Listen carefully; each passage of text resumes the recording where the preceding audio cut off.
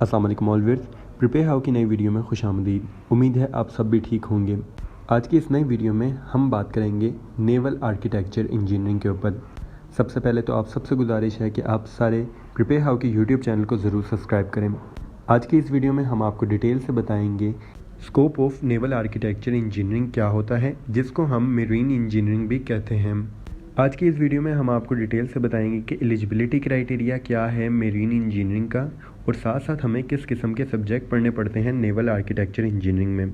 इसके अलावा हम आपको डिटेल से बताएंगे कि पाकिस्तान में कौन कौन सी जॉब्स अवेलेबल हैं नेवल आर्किटेक्चर इंजीनियरिंग या फिर मेरीन इंजीनियरिंग के लिए, और साथ साथ हम आपको डिटेल से गाइड करेंगे कि पाकिस्तान की कौन कौन सी यूनिवर्सिटीज़ और एकेडमीज़ नेवल आर्किटेक्चर इंजीनियरिंग या फिर मेरीन इंजीनियरिंग की डिग्री फराहम कर रही हैं। तो फिर चलें सबसे पहले बात करते हैं what is naval architecture engineering.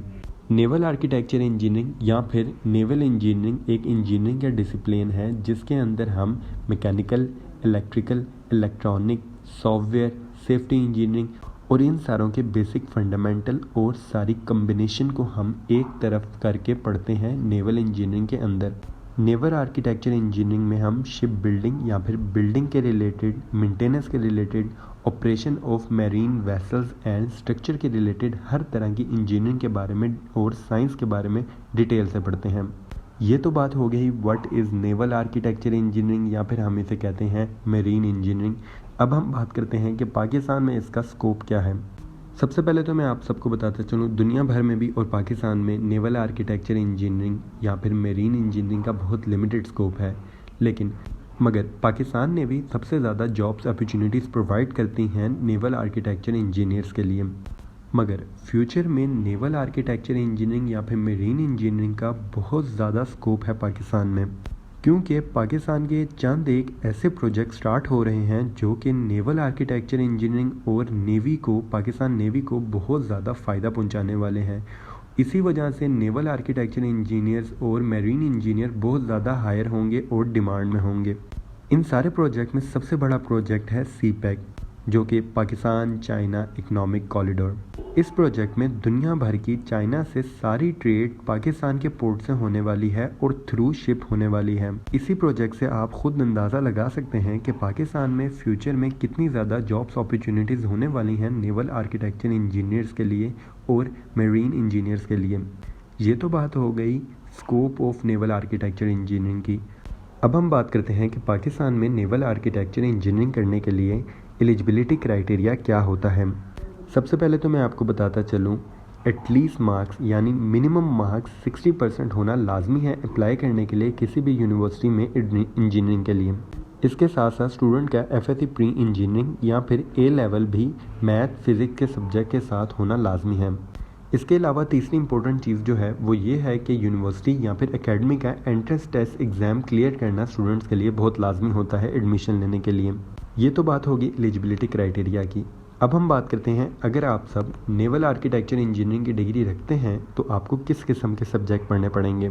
Naval architecture engineering बाकी इंजीनियरिंग से बहुत से डिफरेंट सब्जेक्ट भी रखती है, जैसे कि thermodynamic, electric and electronic engineering, geometrical design, oceanographic engineering, computational mathematics, marine engineering drawing, electrical machines, management science and economics, marine power plant and operations, और इसके अलावा डिफरेंट वेपनरी और न्यूक्लियर रिलेटेड सब्जेक्ट भी पढ़ने पड़ते हैं।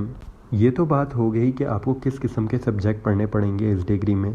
अब हम आपको डिटेल से बताते हैं कि ऐसी कौन कौन सी जॉब्स अवेलेबल हैं ये डिग्री करने के बाद। आज की इस वीडियो में हम आपको डिटेल से बताएंगे कि जॉब्स कौन कौन सी अवेलेबल हैं और कौन कौन से सेक्टर में जॉब्स अवेलेबल हैं।